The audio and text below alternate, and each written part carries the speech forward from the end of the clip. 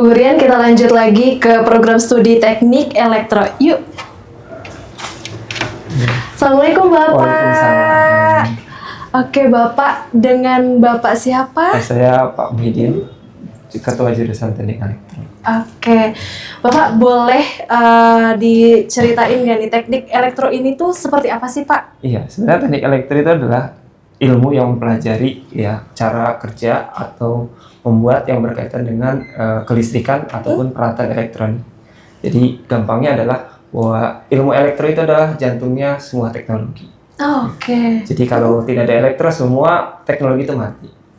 Kayak sipil harus ada kelistrikannya kan. Terus kalau misalkan peralatan elektronik itu dibuat dengan ilmu elektro dan sebagainya, seperti itu. Oke, berarti memang unsur yang paling penting gitu ya Pak ya? Iya, elektro itu menjadi unsur yang paling penting dalam dunia teknologi sebenarnya. Oke, Pak, untuk keunggulan program studi teknik elektro di UIK ini seperti apa nih Pak? Iya, keunggulannya pertama kita punya kurikulum yang memang sudah berbasis ke trennya industri seperti itu ya. Terus yang kedua, kita ini di Bogor itu adalah program studi teknik elektro pertama. Oh. Kita pertama. Nah, terus kita juga membuka kelas malam gitu ya, kelas karyawan jika memang ada karyawan yang memang harus melanjutkan menjadi jenjang S1 gitu ya. Kita juga bisa misalkan melakukan rekognisi program lampau itu, misalnya karyawan ingin melakukan dia sudah berpengalaman kerja terus dia ingin melanjutkan pekerjaannya, itu bisa dikonversi menjadi satuan kredit semesternya, jadi dia menjadi lebih cepat kuliahnya seperti itu. Oke.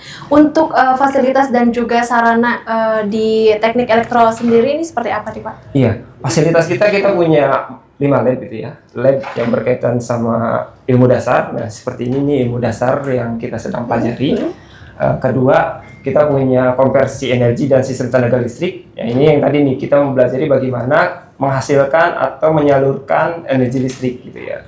Terus yang kedua, kita punya sistem kontrol sama instrumentasi. Itu bagaimana kita melakukan pengukuran gitu ya, pengukuran suatu peralatan elektronik.